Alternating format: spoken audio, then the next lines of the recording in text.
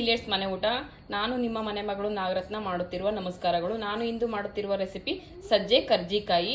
ಸಜ್ಜೆ ಕರ್ಜಿಕಾಯಿ ಮಾಡುವುದಕ್ಕೆ ಬೇಕಾಗಿರುವ ಸಾಮಗ್ರಿಗಳು: ಸಜ್ಜೆ 1 ಕಪ್ಪು, ಗೋಡಂಬಿ ಅರ್ಧ ಕಪ್ಪು, ವಾಲ್ನಟ್ 1 ಅರ್ಧ ಕಪ್ಪು, ಒಣಕೊಬ್ಬರಿ 1 ಅರ್ಧ ಕಪ್ಪು, ಬಾದಾಮಿ 1 ಅರ್ಧ ಕಪ್ಪು, ಮತ್ತೆ ಏಲಕ್ಕಿ ಶುಂಠಿ ಪೌಡರು, ಆಯಲ್ಲು, ಇದು ಸ್ವಲ್ಪ ಮೈದಾ, ಬೆಲ್ಲ ಮತ್ತೆ ಗೋಧಿ ಹಿಟ್ಟು. ಮೈದಾ ಗೋಧಿ ಹಿಟ್ಟನ್ನೇ ಈಗ ಕಲಿಸ್ಕೊಳ್ಳೋಣ ಬನ್ನಿ.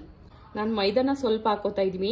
ಆ್ಯಕ್ಚುಲಿ ನಾನು ಮೈದಾ ಯೂಸ್ ಮಾಡಲ್ಲ, ಗೋಧಿ ಹಿಟ್ಟು ಜಾಸ್ತಿ ಯೂಸ್ ಮಾಡೋದು. ಹಾಗಾಗಿ ಗೋಧಿ ಹಿಟ್ಟು 1 ಬೌಲ್ ತೊಗೊಂಡಿದ್ದೀನಿ. ಇದಕ್ಕೆ ಸ್ವಲ್ಪ ರುಚಿಗೆ ತಕ್ಕಷ್ಟು ಸಾಲ್ಟ್ ಹಾಕ್ತೀನಿ. ಈಗ ಇದನ್ನ ಚೆನ್ನಾಗಿ ಮಿಕ್ಸ್ ಮಾಡಬೇಕು. ಮಿಕ್ಸ್ ಮಾಡಿಬಿಟ್ಟು ನೀರಾಕಿ ಸ್ವಲ್ಪ ಸ್ವಲ್ಪನೇ ಚಪಾತಿ ಹಿಟ್ಟಿನ ಅದಕ್ಕೆ ಕಲಿಸ್ಕೋಬೇಕು. ಇದನ್ನ ಈಗ ಇದು ಕರೆಕ್ಟ್ ಹದವಾಗಿದೆ. ಇದನ್ನ ಒಂದು 1/2 an hour ಹಂಗೆ ಇಡಬೇಕು. ಈಗ ಕರ್ಜಿಕಾಯಿಗೆ ಬೇಕಾಗಿರೋದು ಸಜ್ಜೆ, ಇವನ್ನೆಲ್ಲ ಈಗ ನಾನು ರೋಸ್ಟ್ ಮಾಡ್ಕೊತೀನಿ ಬನ್ನಿ. ಸಜ್ಜೆನ ಸ್ವಲ್ಪ ಚೆನ್ನಾಗಿ ಹುರ್ಕೋಬೇಕು, ಹಾಗಾದರೆ ಚೆನ್ನಾಗಿರುತ್ತೆ ಟೇಸ್ಟು. ಇದನ್ನು ಈಗ ನೀಟಾಗಿ ಒಂದು 5 minutes ಹುರಿಬೇಕು. ಇದನ್ನು ಚೆನ್ನಾಗಿ ಇನ್ನು ಸ್ವಲ್ಪ ರೋಸ್ಟ್ ಮಾಡ್ಕೋಬೇಕು, ಚೆನ್ನಾಗಿರುತ್ತೆ ಟೇಸ್ಟು. ಈಗ ಬಾದಾಮಿನ ಸ್ವಲ್ಪ ಹುರ್ಕೊಳ್ಳೋಣ. ವಾಲ್ನಟ್ನ ಈಗ 1-2 minutes ಹಂಗೆ ಹುರ್ಕೋಬೇಕು. ಈಗ ಹುರಿದು ರೆಡಿಯಾಗಿದೆ. ಇದನ್ನ ಮಿಕ್ಸಿಗೆ ಹಾಕ್ಕೋಬೇಕು ಬನ್ನಿ. ಡ್ರೈ ಫ್ರೂಟ್ನ ಇವಾಗ ಗ್ರೈಂಡ್ ಮಾಡ್ಕೋತೀನಿ. ಅದ್ರ ಜೊತೆಗೇನೆ ಸ್ವಲ್ಪ ಏಲಕ್ಕಿ ಶುಂಠಿನ ಹಾಕೋತಾ ಇದ್ದೀನಿ.